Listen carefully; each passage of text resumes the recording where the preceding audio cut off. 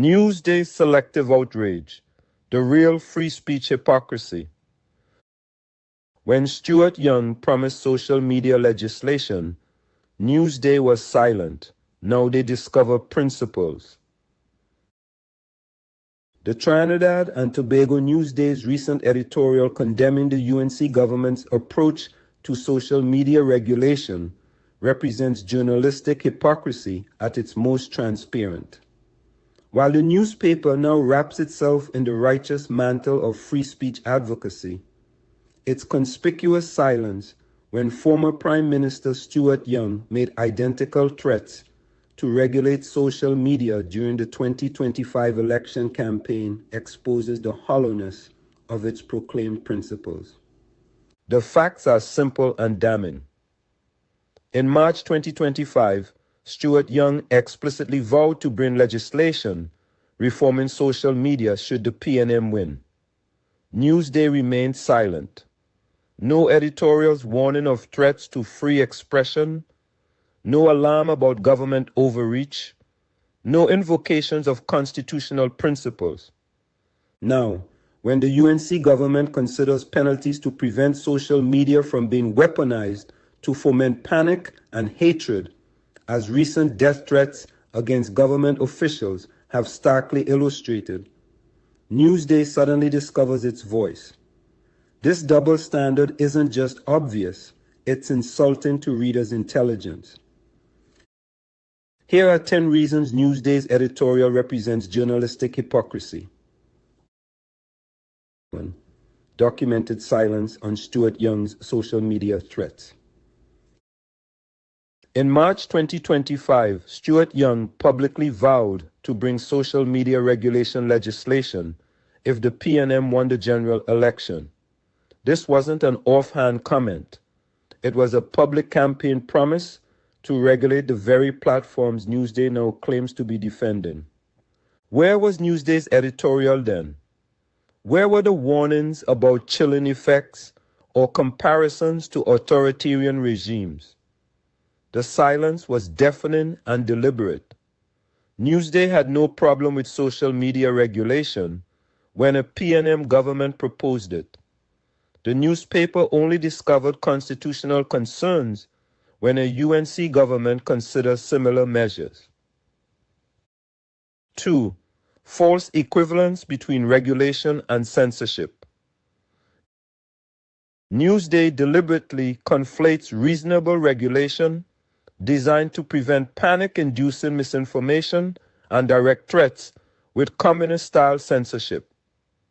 This is intellectually dishonest fear-mongering. Every democratic society regulates speech. You cannot shout fire in a crowded theater and invoke free expression as a defense when people are trampled. Trinidad and Tobago law already recognizes numerous speech limitations: defamation, incitement, sedition, obscenity, false alarms. The question isn't whether social media should be regulated. It already is through existing laws Newsday acknowledges.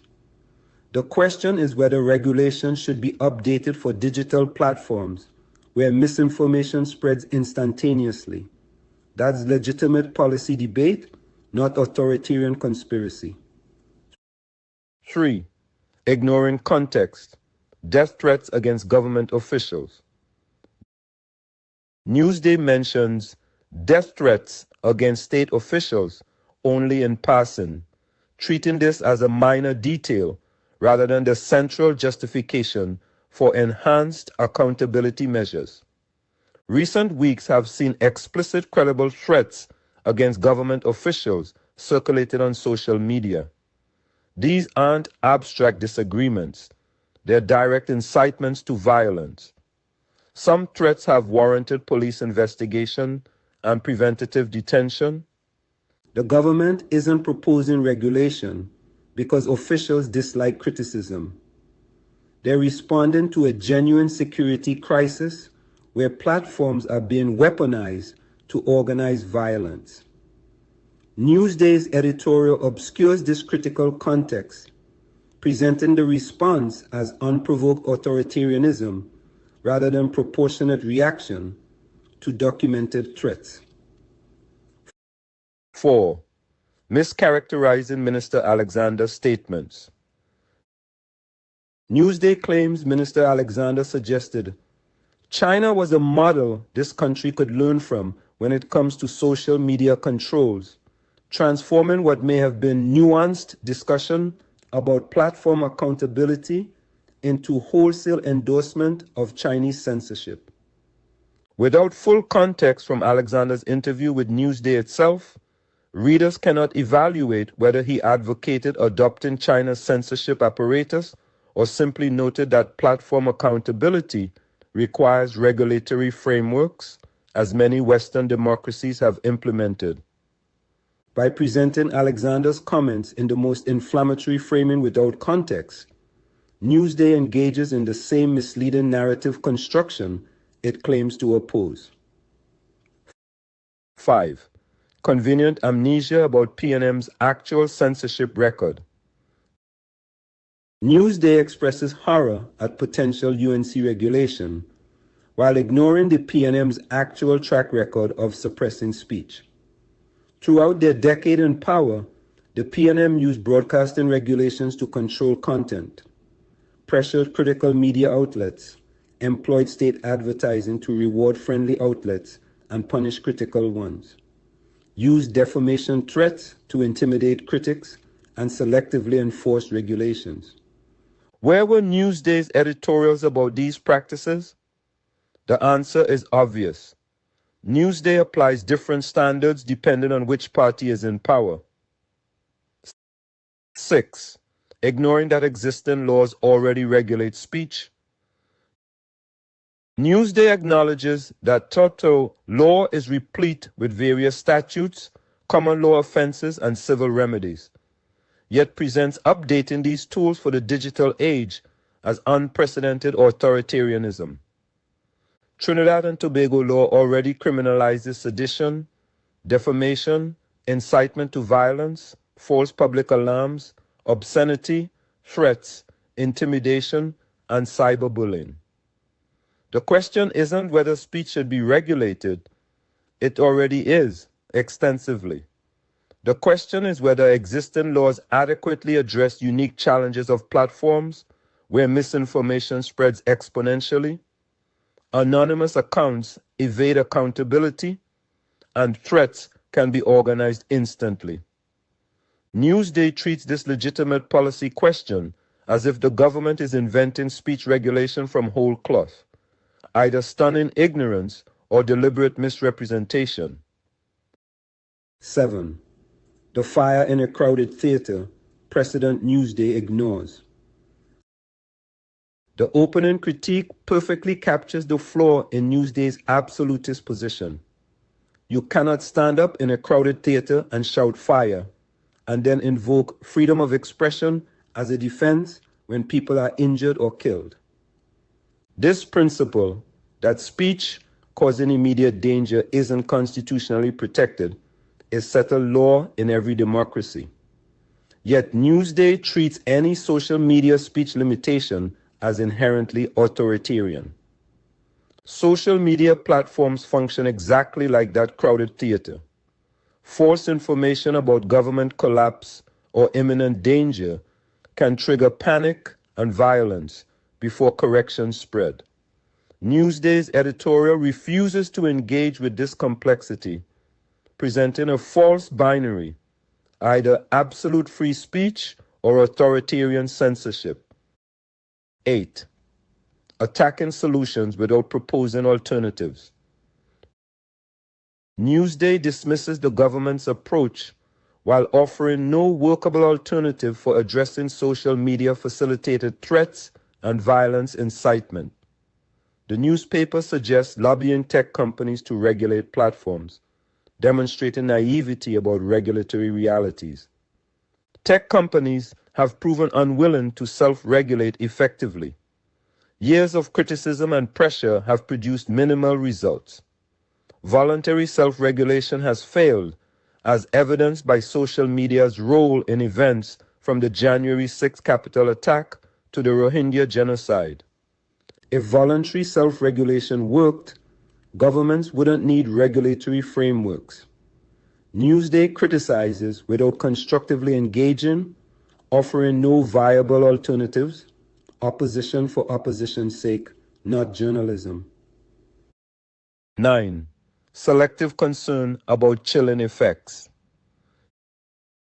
Newsday warns about the chill effect of Minister Alexander's comments, but shows no concern about very real chilling effects of death threats, driving officials from service, violence silencing voices, misinformation destroying reputations, and online harassment targeting vulnerable groups. These chilling effects suppress far more speech than reasonable accountability measures.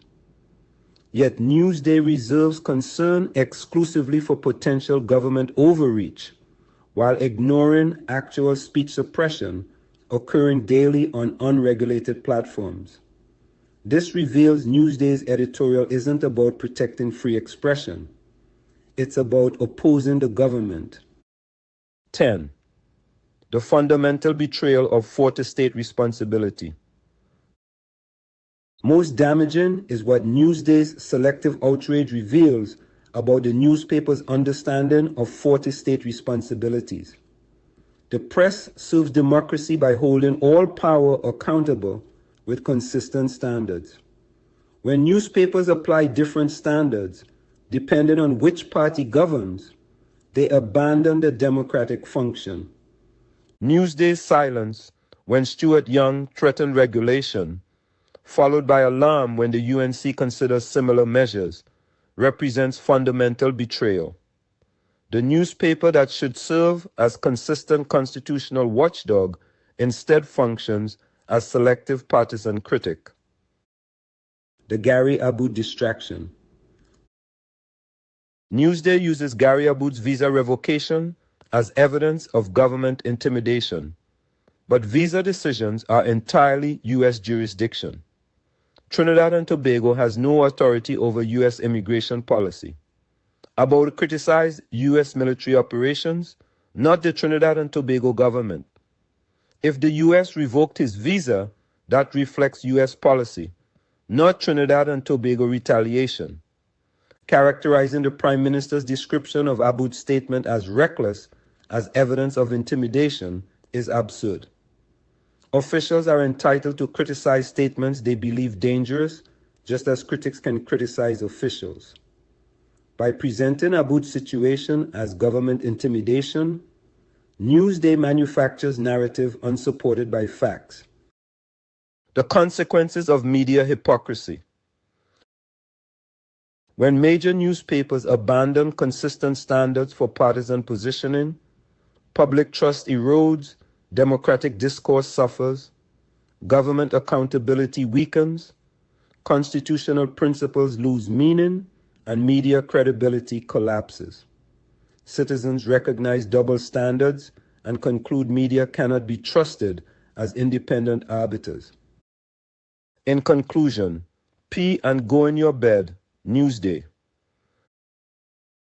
The opening critique concludes with advice Newsday should heed. Best you pee and go in your bed because you are way out of place on this one. This perfectly captures the appropriate response to Newsday's hypocritical editorial. The newspaper that remained silent when Stuart Young threatened social media regulation has no standing to lecture about free expression principles. The institution applying different standards depending on which party governs has no credibility as constitutional watchdog. Newsday's editorial isn't journalism, it's partisan positioning disguised as principle. It's selective outrage masquerading as constitutional concern. It's hypocrisy so transparent that casual observers see through the pretense. The real free speech hypocrisy isn't the government responding to documented threats. It's Newsday discovering constitutional principles only when politically convenient, while ignoring identical behavior by preferred political actors. Until Newsday applies the same standards to all governments, regardless of party, its editorials deserve nothing but dismissal, and as the opening critique perfectly concludes, a good stew-ups for good measure. Trinidad and Tobago deserves a fourth estate that practices what it preaches. Until Newsday demonstrates it can criticize Stuart Young's threats with the same vigor it attacks UNC proposals, the newspaper's editorials should be recognized for what they are: projection from an institution embodying the very double standards it claims to oppose. Close your own window first, Newsday. The smell is becoming unbearable.